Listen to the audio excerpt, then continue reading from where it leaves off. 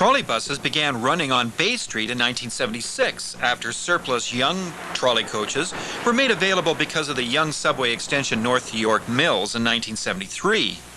City Council believed that air quality would improve with the use of these vehicles. Surplus overhead wire from Chicago was sold to the TTC by the Illinois Railway Museum at a considerable saving. When the new CLRV streetcars entered service, it meant that the TTC's maroon and cream paint scheme would soon be history.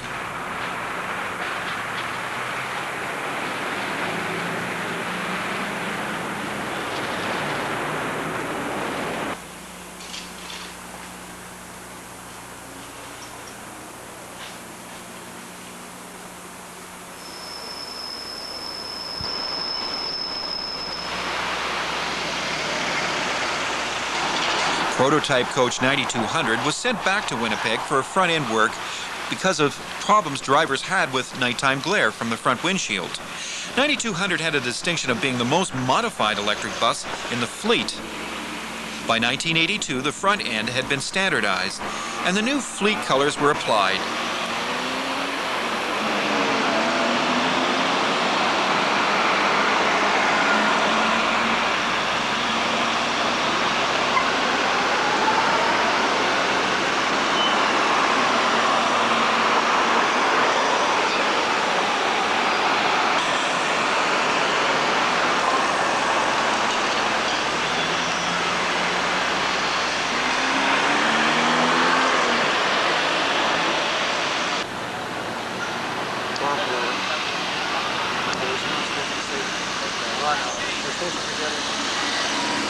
This guy tells you don't believe it. How's it going? Not too bad. What are you doing down here? Lucky you. In 1988, the Toronto Transportation Society chartered Prototype 9200 because even then it was felt that the trolleybus service in Toronto would soon end.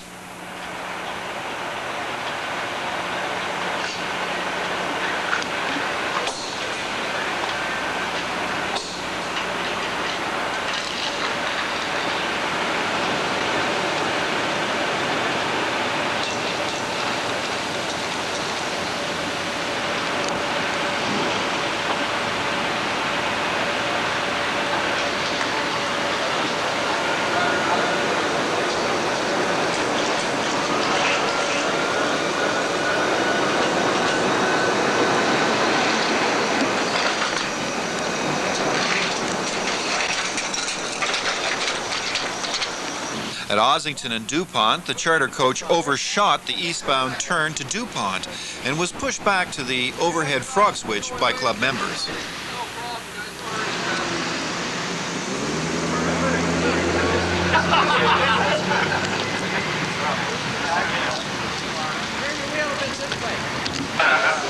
Only the seats and interior appointments escaped standardization. The Edward Street short turn loop was mainly used in AM and PM rush hours for government workers at Queen's Park.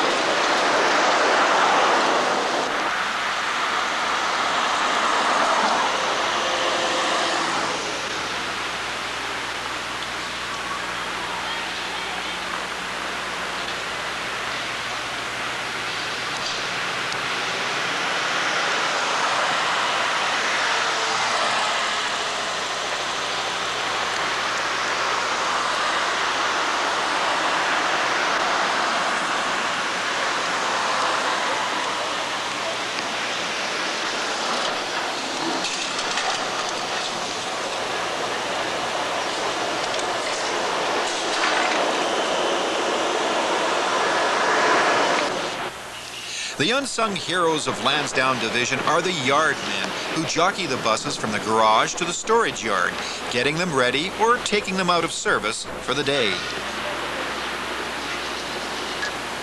Wade Yard had been idled since trailer train operation had been replaced by modern PCCs on Bloor Street. In 1947, when trolley coach operation began, Wade Yard was reactivated as a storage yard for the electric buses.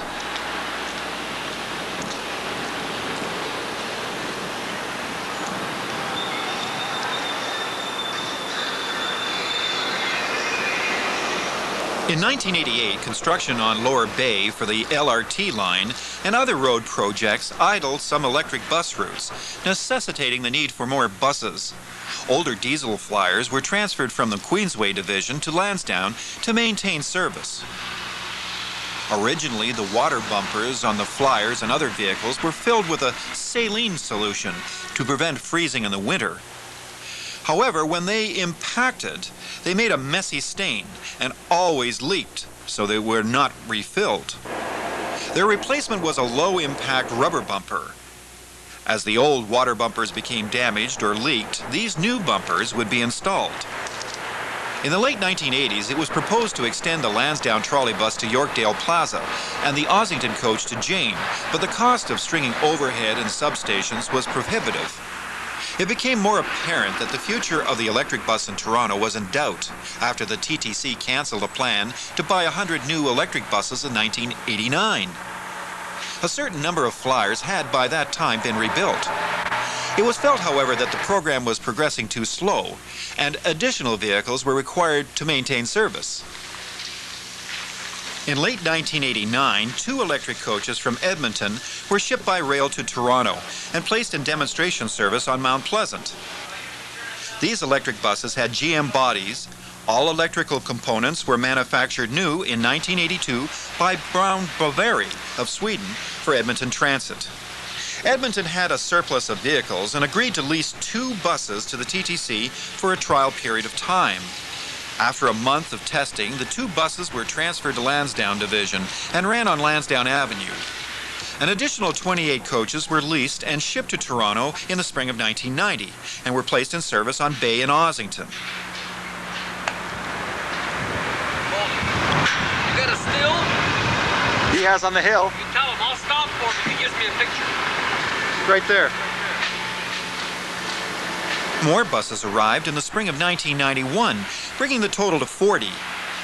This was made necessary as the flyer trolley coaches would break down, and many were placed on the scrap line at Wychwood Carhouse. The TTC expressed no desire in purchasing new trolley buses because of new developments in low-floor natural gas bus technology. The TTC reasoned that buying these vehicles would save money in stringing new overhead wires, substations, and new electric buses, which would be necessary for continued service. There was a problem running mixed service of flyers and BBC coaches, one behind the other, because of the incompatibility of the electrical equipment. When a flyer dewired, they would blow out the chopper controls of any nearby BBC bus, disabling it. The efficiency of the BBC buses increased once the flyers were retired.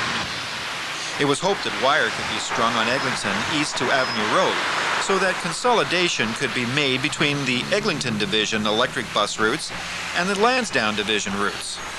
That proposal met opposition, and thus the future of continued electric bus operation in Toronto was in doubt. There was citizen opposition to the retirement of the trolley buses, but to no avail. The TTC decided to retire the buses because of a lack of funds to maintain them, even though there was still a year left on the Edmonton bus lease. The Junction route was the first Lansdowne Division route to be dieselized. The Eglinton Division routes followed after Christmas of 1991. Extensive sewer work on Dundas and Bloor kept the road closed to trolleys for a few months, and they never returned.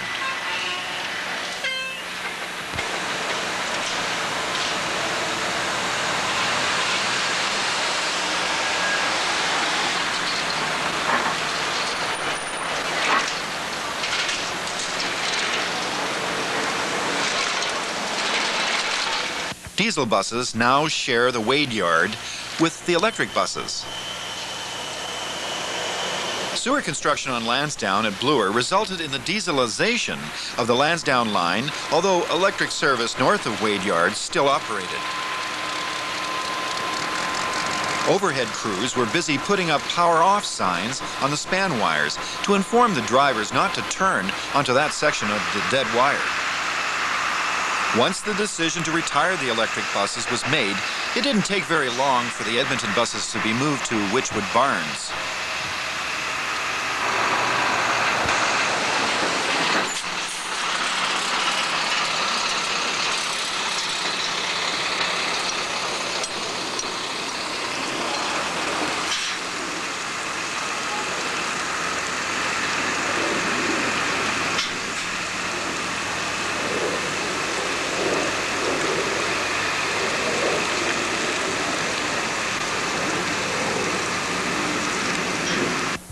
This was the final night of trolleybus service on the Ossington and Annette lines. The carbons on this Flyer ETB were worn out, which resulted in a light show of arcing sparks on the wire.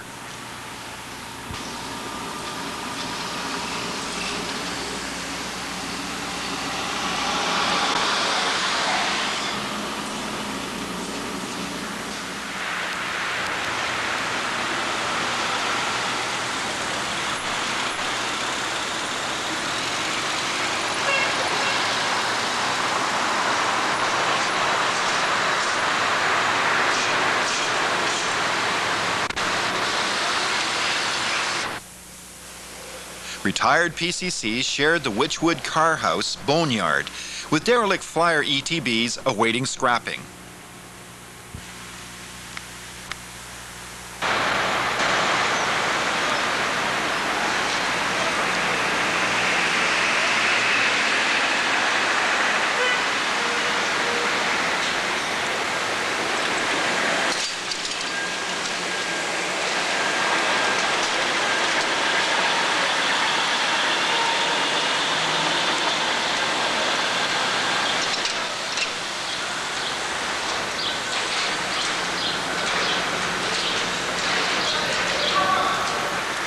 Abandonment of the electric bus lines allowed the TTC to adjust short turn loops, such as the Church Loop on the Weston Road line, cutting it back to Lawrence Avenue.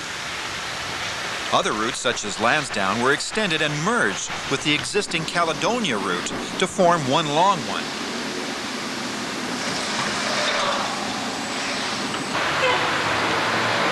The web of overhead wires at Keele and Annette was always a favorite of high-profile transport truck operators who found ways of tearing down portions of the overhead. This intersection's wires were the very first to be removed. Portions of the overhead on Dundas, south of DuPont, was removed for construction, and diesels now provided service on the junction line. All the trolleybus overhead in the Dundas West Station has now been removed.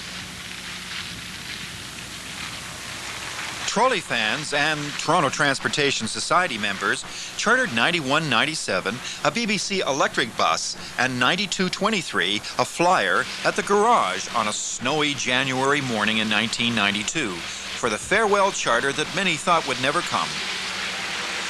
They covered most of the routes served by Lansdowne Division electric bus lines.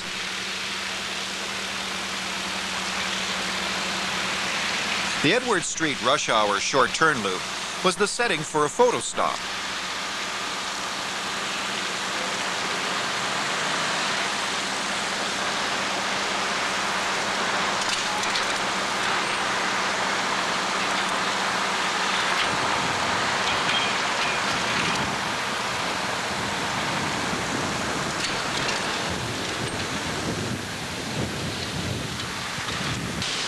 The Ossington line had already been extended to Ontario Place as the Crawford Loop became a rush hour only loop.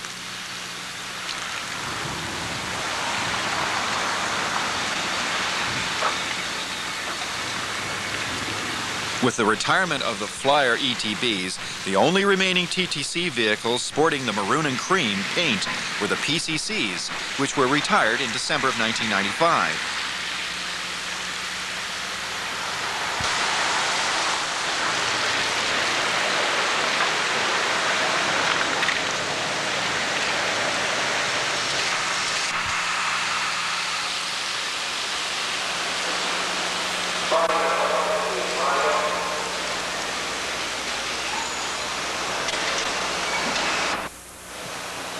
Only a few hardy souls rolled the last bus to the garage on that bitterly cold night.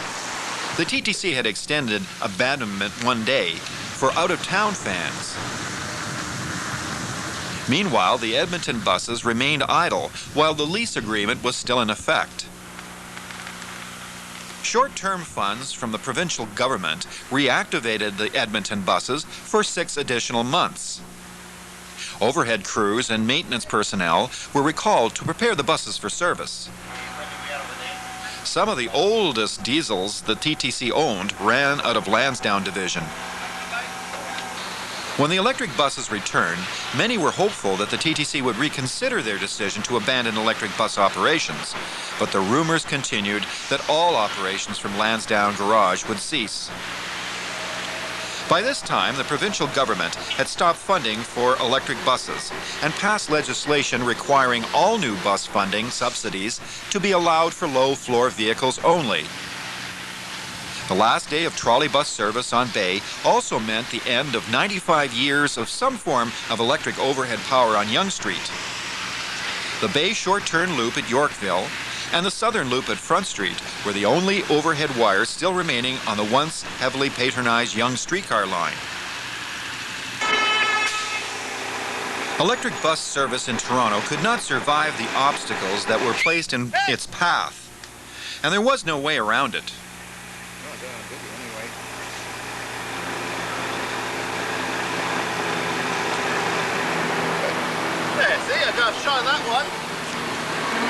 The surplus Edmonton buses were removed from Lansdowne and stored at Hillcrest Complex, awaiting dispersal. Electric bus service in Toronto had finally been dewired permanently, and no amount of tugging on the ropes could rewire it.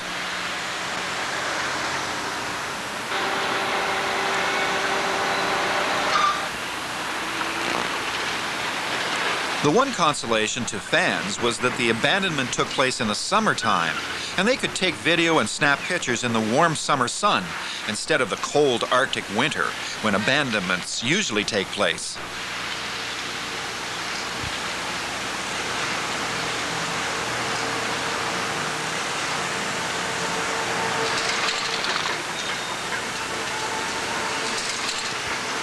Even before the rush hour runs had returned to the garage for the day, the tow truck was removing the buses from the yard and towing them to Hillcrest to join the surplus buses stored there. They would later be flatbedded to CP Rail Intermodal Yard on the Queensway and shipped back to Edmonton.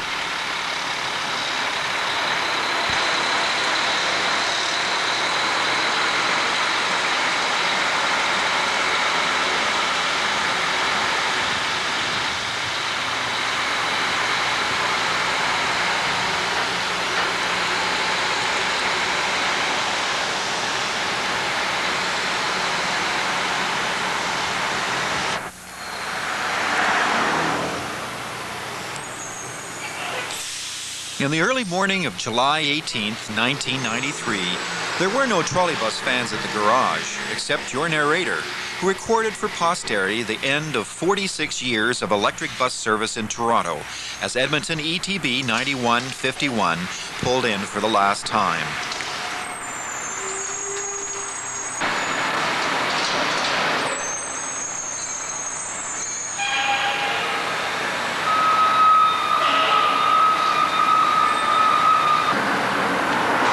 Lansdowne Garage was now 100% diesel, and the closing of the division was announced in 1995. Diesel operations from this all-electric Carhouse was deemed to be environmentally unsafe, and the neighbors breathed a sigh of relief as they would no longer have to put up with the noise of idling diesel buses and noxious fumes. Some operations were now split with Wilson Garage.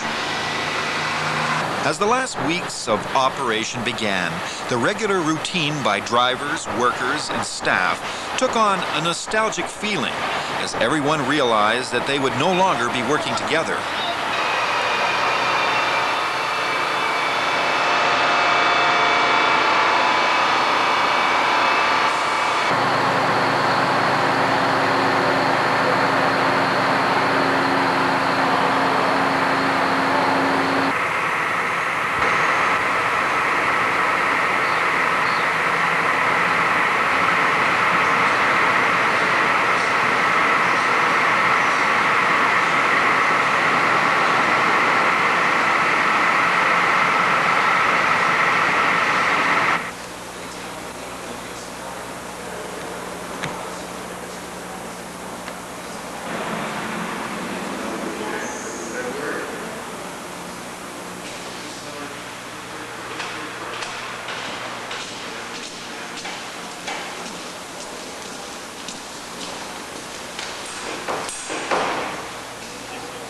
It's okay, go. It's okay, go. Okay, Sue. Yeah. Okay, bye-bye.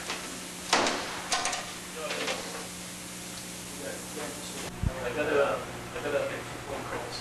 I forgot that letter. This one here, I had in a toilet the report. You're looking for history. That's why the TTC keeps him on the job.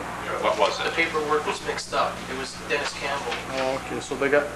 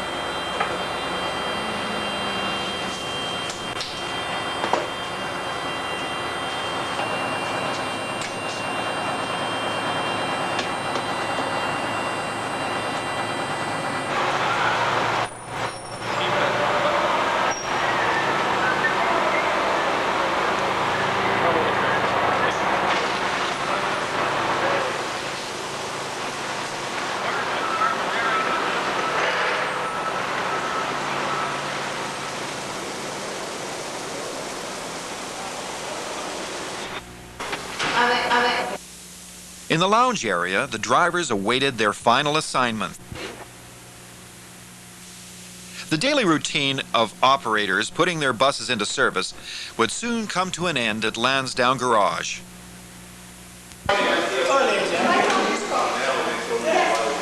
What's going on? Why is he on TV? Because.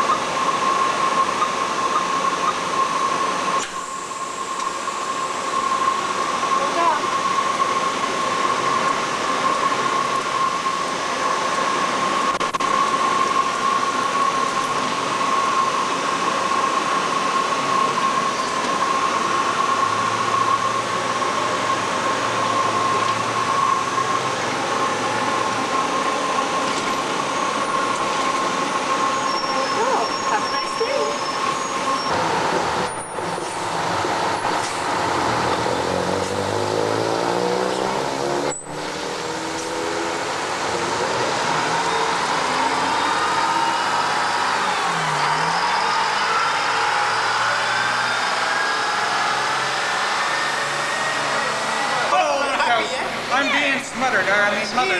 Awesome. Oh yes, they love me.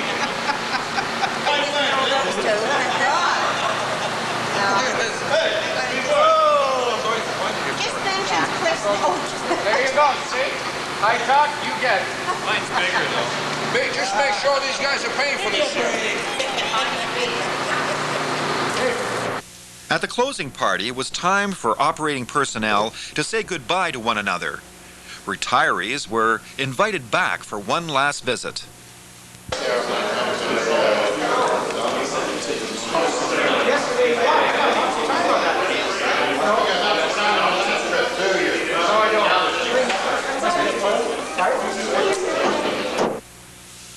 A photo history of Lansdowne Division was prepared by TTC archivist Ted Wixon for display in the traffic office lobby.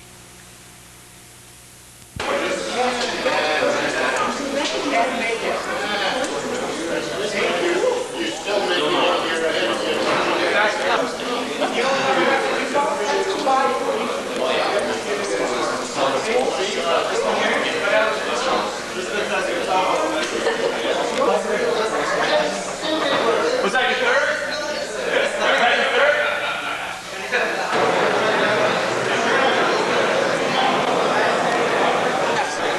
you guys going? Wilson. The best from Queensway, of course. Second best after Wilson.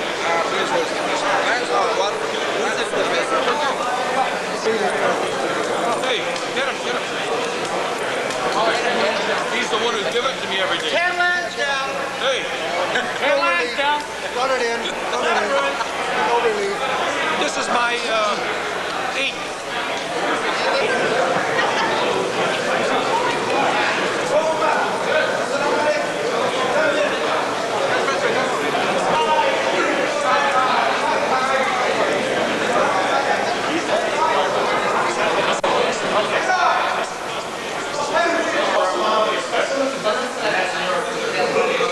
Bob Kennedy, superintendent of Lansdowne Division, had a farewell message for his employees.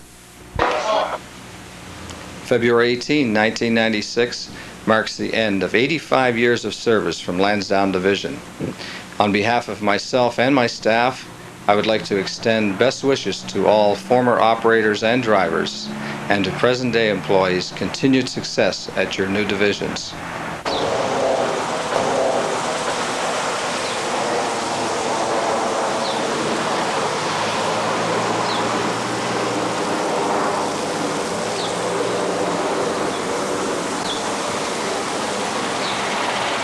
The arrival of the Ossington Night Bus marked the end of 85 years of transportation operation at this location, and all that was left to do was to drive the buses to their new garages and lock the doors.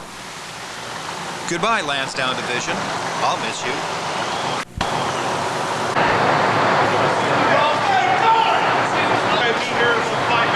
Okay, no problem. I'll send them up. John, you're on camera, buddy.